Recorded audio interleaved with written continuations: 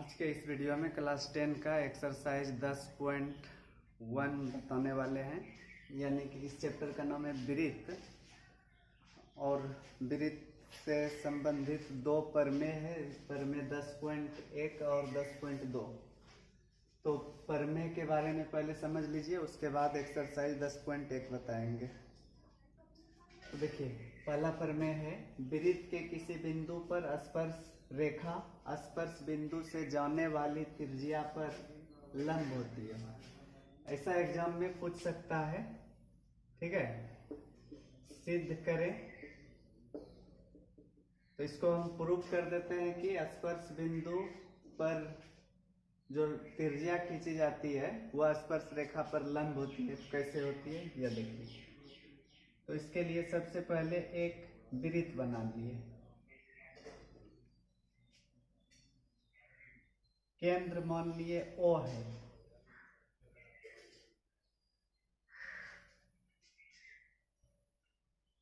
यह हुआ स्पर्श रेखा, ठीक है। इसका नाम दे दिए X और Y। और जिस जगह यह स्पर्श रेखा का मतलब समझ रहे हैं ना। देखिए, वृत्त के बारे में थोड़ा सा जान लीजिए। किसी भी बिंदु को इस तरह से कोई एक पॉइंट लेकर इसको केंद्र मानकर किसी भी त्रिज्या से ऐसे अगर केवल चारों तरफ घुमा देते हैं तो वह वृत्त बन जाता है। तो यह जिस बिंदु से चारों तरफ घुमाए वह वृत्त का केंद्र कहलाता है।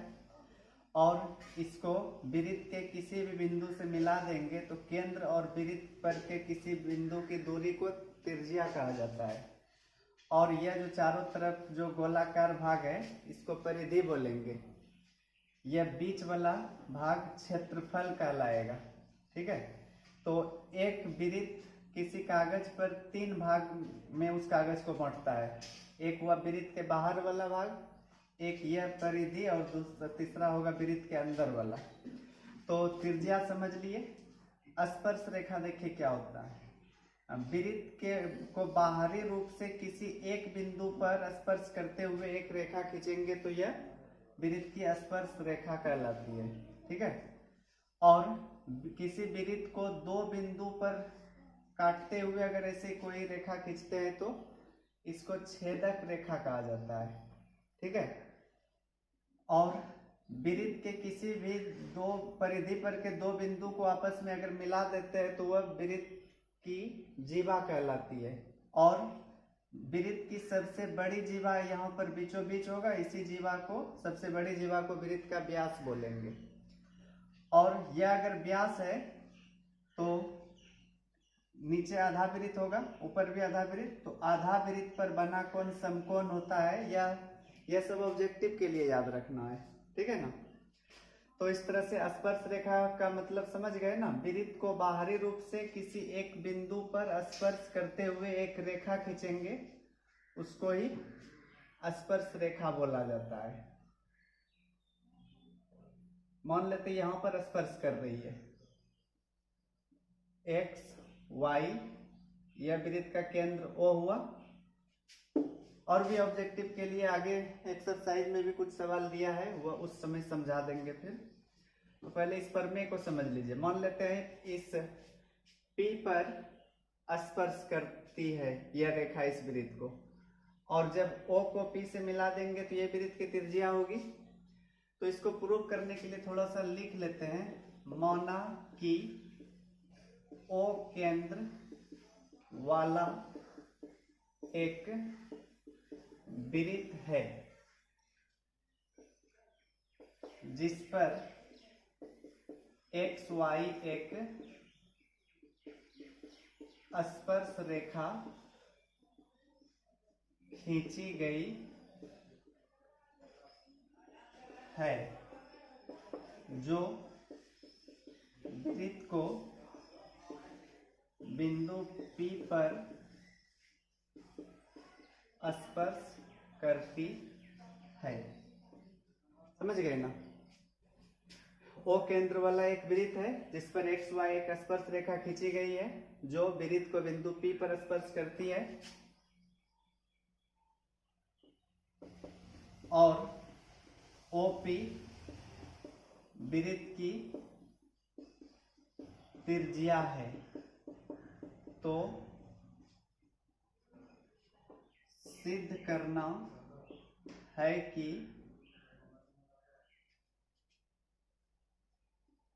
OP perpendicular XY। ये लिखा है ना, स्पर्श रेखा स्पर्श बिंदु से जाने वाली त्रिज्या पर लंब होती है। ये प्रूव करना है कि इस जगह जो कोण बनेगा, ये इस त्रिज्या और स्पर्श रेखा के बीच 90 डिग्री का कोण बनेगा। ठीक, तो यहाँ पर इसको सिद्ध करने के लिए एक रचना कर लेते हैं, एक या दो लाइन इससे खींच लेते हैं। इसे यहाँ पर मान लेते हैं P OQ और यह OR।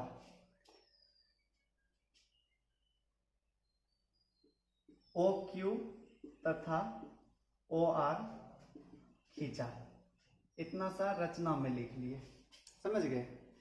अब एक बात समझिए, यहाँ पर यह Q या R लाइन XY पर है, रेखा XY पर है, लेकिन वह दोनों ही बिंदु वृत्त के बाहर है, नहीं है। वृत्त पर केवल P है, जिस जगह वृत्त को वह स्पर्श रेखा स्पर्श करती है वही बिंदु केवल P पर होता है। और इसके बगल में भी यहाँ पर जो भी बिंदु होगा वह वृत्त से बाहर ही होगा। ठीक है, तो अब ऊपर लिखते हैं,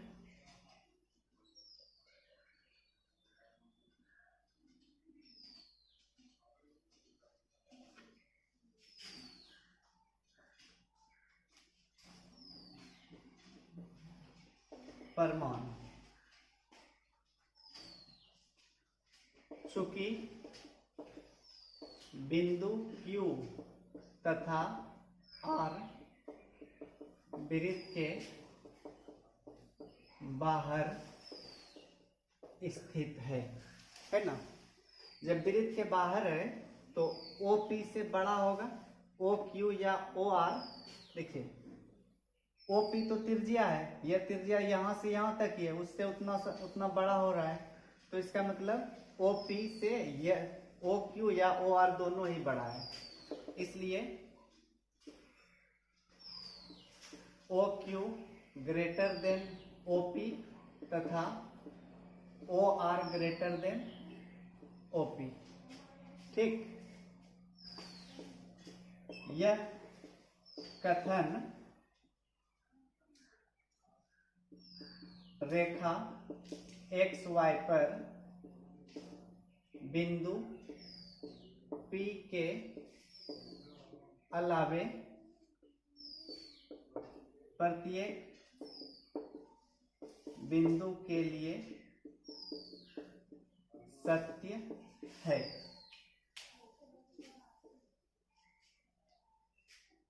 समझे इस बात को? P को छोड़कर बाकी जो भी बिंदु होगा XY पर वह वृत्त के बाहर होगा, और इसलिए वह सब ही OP से सब बिंदु, मतलब OP से जो भी लाइन होगा OQ OR या फिर ऐसे भी मिला देंगे, जो भी लाइन बनेगा वह OP से बड़ा होगा। ठीक है, प्रत्येक बिंदु के लिए सत्य है यह कथन, यह। ठीक, अब इसलिए अब हम बोल सकते हैं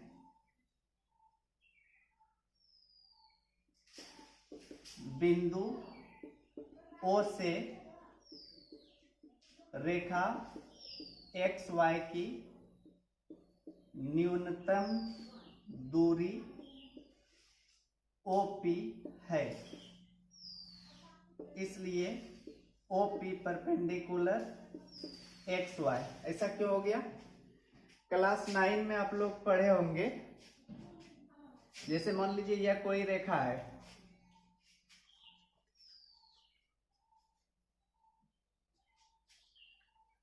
ठीक है, यह कोई रेखा है। अगर यहां से एक बिंदु से इस पर ऐसे ऐसे ऐसे करते जाएंगे तो जो सबसे कम दूरी होगी इस बिंदु से इस रेखा की, वही उस पर लंब होता है। ठीक है, इस बात को याद रखिएगा। यहां से तो क्लियर हो रहा है कि बिंदु O से रेखा XY की न्यूनतम दूरी OP है, क्योंकि P के अलावे किसी भी बिंदु पर सबसे छोटा OP हो रहा है। तो इसलिए OP न्यूनतम दूरी है, इसलिए OP XY पर लंब है। अतः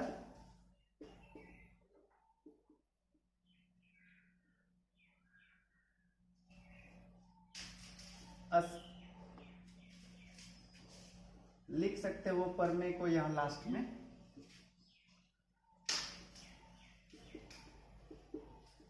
किसी वृत्त के किसी बिंदु पर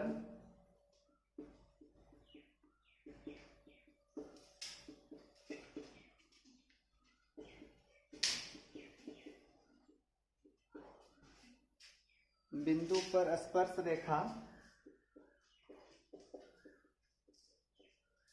स्पर्श बिंदु से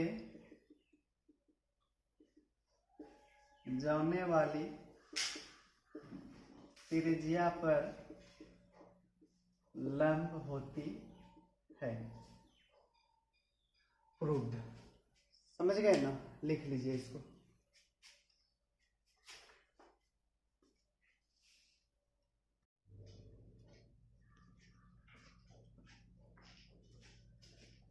अगला प्रमेय देखिए 10.2। बाह्य बिंदु से वृत्त पर खींची गई स्पर्श रेखाओं की लंबाइयां बराबर होती है। इसमें भी लिख लिए, सिद्ध करें। ठीक है, तो इसको सिद्ध करने के लिए सबसे पहले एक वृत्त बना लेते हैं।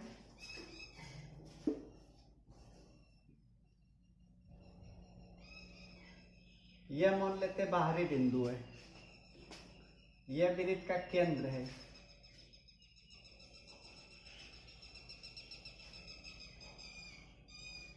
स्पर्श रेखा खींचना है, मतलब वृत्त पर सिर्फ एक बिंदु पर स्पर्श करते हुए लाइन से खींचना है।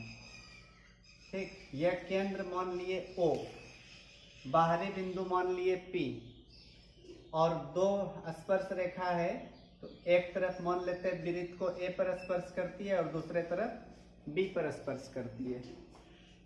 ठीक पिछले प्रमेय की तरह इसमें भी मान लेते हैं, माना कि O केंद्र वाला एक वृत्त है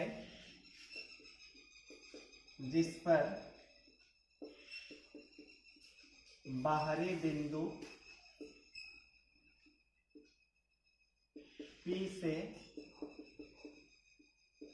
दो स्पर्श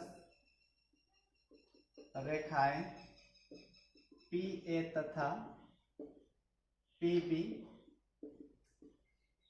खींची गई है। तो सिद्ध करना है कि PA बराबर PB। वही लिखा था ना प्रमेय में, बाहरी बिंदु से वृत्त पर खींची गई स्पर्श रेखाओं की लंबाइयां बराबर होती है।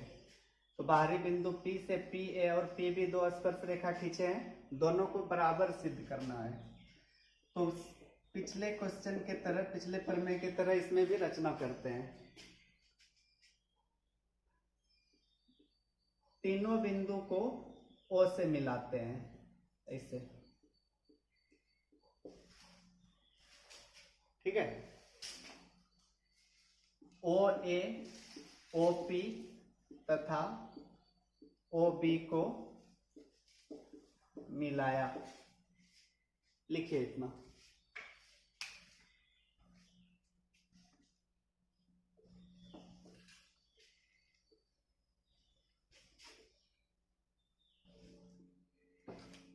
अब लिखते हैं परिमाण। किसको किसको बराबर करना है? PA और PB को ना। तो PA देखिए किस त्रिभुज में आ रहा है? त्रिभुज OAP, और PB आ रहा है त्रिभुज OBP में। इस दोनों त्रिभुज को सर्वांग सम कर दीजिए। देखिए कैसे सर्वांग सम होगा। यह तो 90 डिग्री है, यह भी 90 डिग्री है, होगा ना? क्योंकि अभी प्रमेय 10.1 में प्रूव किए कि स्पर्श रेखा पर त्रिज्या लंब होती है। ठीक है, तो सबसे पहले OA और OB बराबर होगा। क्योंकि दोनों ही एक ही वृत्त की त्रिज्या है। इसको ब्रैकेट में लिख लिए, वृत्त की त्रिज्याएं। कोण OAP बराबर कोण OBP, ठीक है। यह दोनों बराबर क्यों होगा? क्योंकि प्रत्येक कोण 90 डिग्री है। किसी भी दो त्रिभुज को सर्वंगसम होने के लिए कम से कम 3 चीज बराबर होना चाहिए। तो अब 2 चीज तो बराबर हो गया, तीसरा और क्या बराबर है? OP देखिए दोनों त्रिभुज में है, ऊपर वाले में भी और नीचे वाले में भी। तो यह उभयनिष्ठ मतलब कॉमन है। तो 3 चीज बराबर हो गया ना, 2 भुजा और 1 कोण। इसलिए SAS, S मतलब साइड, भुजा, A मतलब एंगल। भुजा कोण भुजा सर्वांग समता कसौटी से या सर्वांग समता नियम से ऐसे लिख सकते हैं। दोनों त्रिभुज OAP सर्वांग समता का यह चिन्ह है, ठीक है। त्रिभुज OBP, दोनों त्रिभुज सर्वंगसम हो गया। अब क्लास 9th में बहुत बार इसको प्रूव किए होंगे ऐसा सर्वंगसम का, और यह याद भी किए होंगे कि सर्वंगसम त्रिभुज में संगत का भाग बराबर होता है। और जब दोनों त्रिभुज सर्वंगसम हो गया तो देखिए OAP में संगत का भाग PA, उसी तरह OBP में जैसा इसमें AP है उसी तरह BP होगा। तो PA बराबर PB प्रूव्ड। तो देखिए बाहरी बिंदु से स्पर्श रेखाओं की लंबाई बराबर होती है, PA और PB बराबर हो गई। इसको लिखिए, इस फिगर से कुछ ऑब्जेक्टिव क्वेश्चन बता रहे हैं।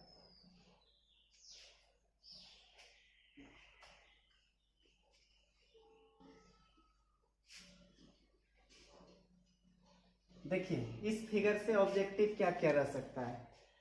सवाल में ऐसा ही लिखा रहेगा, किसी वृत्त के बाहरी बिंदु से 2 स्पर्श रेखाएं खींची गई है, PA और PB। यदि PA की लंबाई 15 cm है तो PB की लंबाई कितनी होगी? निकाल सकते हैं आसानी से। अभी प्रूफ किए कि PA और PB बराबर होती है, तो इसका मतलब अगर PA 15 है तो PB भी 15 सेंटीमीटर होगी। तो इसलिए यह दोनों बराबर होगा। दूसरा ऑब्जेक्टिव में क्या पूछेगा, अगर मान लीजिए यह लाइन नहीं है, इस तरह से मान लीजिए फिगर हो या फिगर नहीं भी दिया हो, बाहरी बिंदु से लिखा रहेगा 2 स्पर्श रेखा एक दूसरे से 80 डिग्री के कोण पर झुका है, तो ऐसे में उसके सामने केंद्र पर कितना डिग्री का कोण बनेगा। आगे एक्सरसाइज 10.2 में प्रूफ भी करेंगे इसको, लेकिन इसको अभी यहाँ पर याद रखिएगा, यह और यह मिलकर हमेशा 180 डिग्री होता है। जब यह 80 डिग्री है तो यह 100 डिग्री होगा। समझ गए ना, दोनों मिलकर 180। अगर AOB यह पूरा कोण पूछ दिया तो 100 डिग्री। अगर मान लीजिए AOP यह पूछा तो उसका आधा होता है ये 50 डिग्री 50 डिग्री। अगर मान लीजिए यह 70 है तो यह 110 होगा, तब ना दोनों मिलकर 180 होगा, ठीक है। और ऐसे ही सवाल में यह भी पूछा जाता है, बाहरी बिंदु से एक ही स्पर्श रेखा दिया रहेगा, मान लीजिए यह 12 सेंटीमीटर है और वृत्त की त्रिज्या 5 सेंटीमीटर है, तो पूछ देगा उस बिंदु की केंद्र से दूरी क्या है। तो पाइथागोरस प्रमेय का प्रयोग करके कर्ण निकाल लेंगे, क्योंकि यहाँ 90 डिग्री कोण बनता है। आधार और लंब पता है तो कर्ण निकालने के लिए रूट अंडर लंब स्क्वायर प्लस आधार स्क्वायर करेंगे तो 144 और 25 169 हो जाएगा, और 169 का वर्गमूल 13, ठीक है। अब आप लोग को एक्सरसाइज 10.1 बताते हैं, इसमें तो ज्यादा कुछ नहीं है, ऑब्जेक्टिव ही है।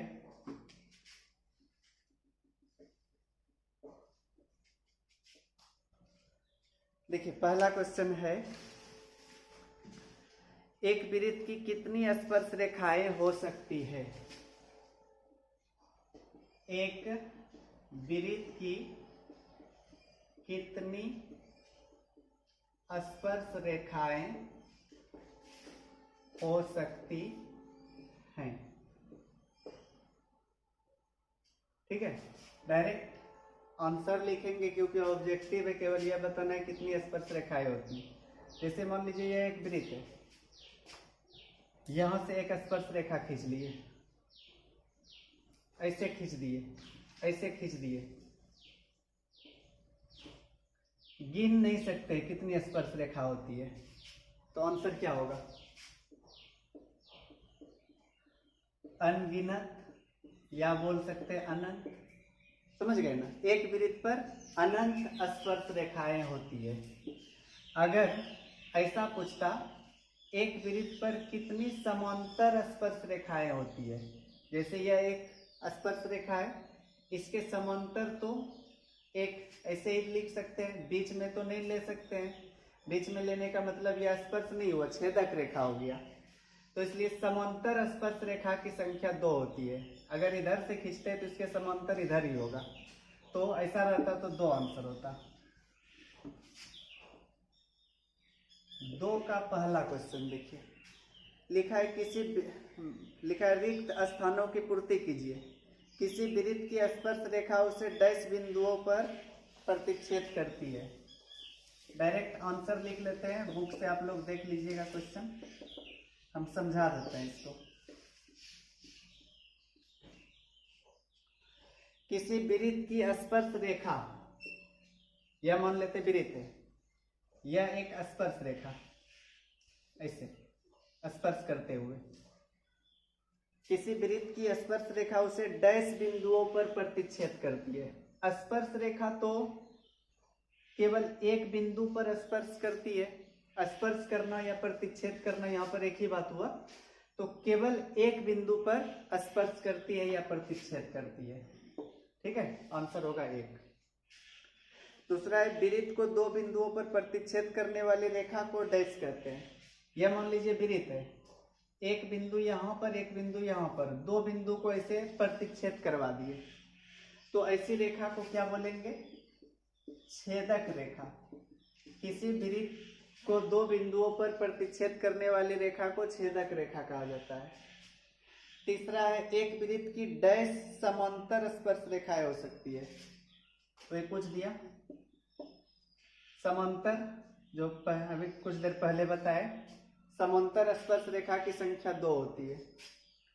वृत्त तथा उसकी स्पर्श रेखा के उभयनिष्ठ बिंदु को क्या कहते हैं? यह हुआ वृत्त और यह स्पर्श रेखा, दोनों जिस उभयनिष्ठ बिंदु मतलब दोनों, वृत्त पर भी और स्पर्श रेखा पर भी, तो उस बिंदु को स्पर्श बिंदु कहा जाता है। ठीक, लिखिए इतना।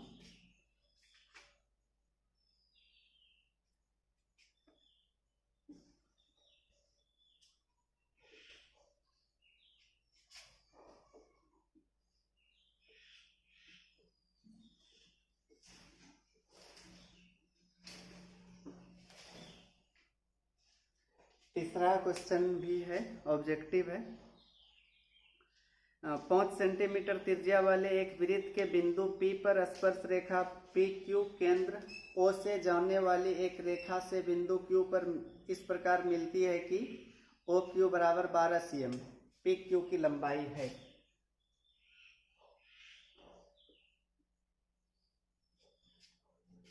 देखिए, 5 cm त्रिज्या वाले एक वृत्त के बिंदु P पर, यहां पर मान लिए P है, P पर स्पर्श रेखा PQ केंद्र O से जाने वाली एक रेखा से बिंदु Q पर मिलती है। P यहाँ नहीं है, P वृत्त पर है, P से एक स्पर्श रेखा आ रही है, केंद्र O है, O से जाने वाली रेखा से बिंदु Q पर मिलती है। ठीक, तो यहाँ 90 डिग्री होगा। इसमें लिखा है OQ का मान 12 है, OQ का 12 सेंटीमीटर और वृत्त की त्रिज्या 5 सेंटीमीटर, तो PQ की लंबाई बताना है। PQ तो आधार है इस फिगर का, आधार बराबर रूट अंडर कर्ण स्क्वायर माइनस लंब स्क्वायर होता है, तो OQ का 12 है, OP का 5, 12 का स्क्वायर 144, 5 का 25, 119 का वर्गमूल नहीं होता है। तो आंसर ऑप्शन डी में है √119।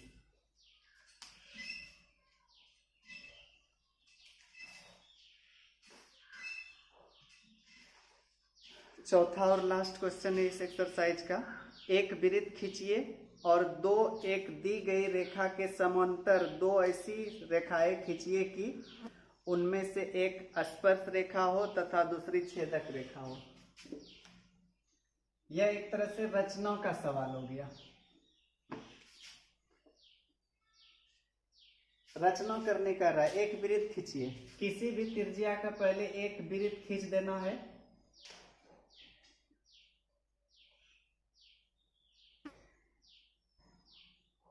ठीक है, स्केल सब का प्रयोग करके कर लेना है इसको। एक दी गई रेखा है, यह मान लेते एक रेखा दी गई है, एक वृत्त है और दो एक दी गई रेखा के समांतर दो ऐसी रेखाएं खींचिए। इसके समांतर दो ऐसी रेखा खींचने कर रहा है कि उनमें से एक स्पर्श रेखा हो। एक स्पर्श रेखा यानी कि इस वृत्त के सामने और इसके समांतर भी होना चाहिए। तो एक स्पर्श रेखा खींच लेना है। यह पता कैसे चलेगा समांतर हुआ या नहीं? वृत्त के सामने यहाँ पर 90 डिग्री का कोण बना के कर सकते हैं, ठीक है ना, क्योंकि हर जगह अगर 90 डिग्री होगा तो वह जरूर समांतर होगा। एक रेखा यह हो गया। दूसरा, इसी रेखा के इसके समांतर एक और रेखा खींचना है जो कि छेदक रेखा हो। तो या तो जैसे मान लीजिए यहाँ पर 90 डिग्री का कोण बना के आगे फिर ऊपर 90 डिग्री का कोण बना के ऐसे ऊपर या नीचे करके छेदक रेखा होना चाहिए यह रेखा, और तीनों एक दूसरे के समांतर भी हो। नाम दे सकते हैं AB, CD और EF। ये केवल रचना करना था।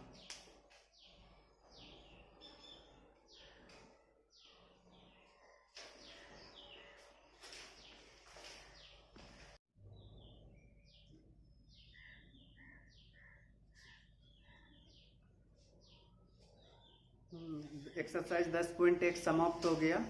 अगले वीडियो में एक्सरसाइज 10.2 का सवाल बताएंगे।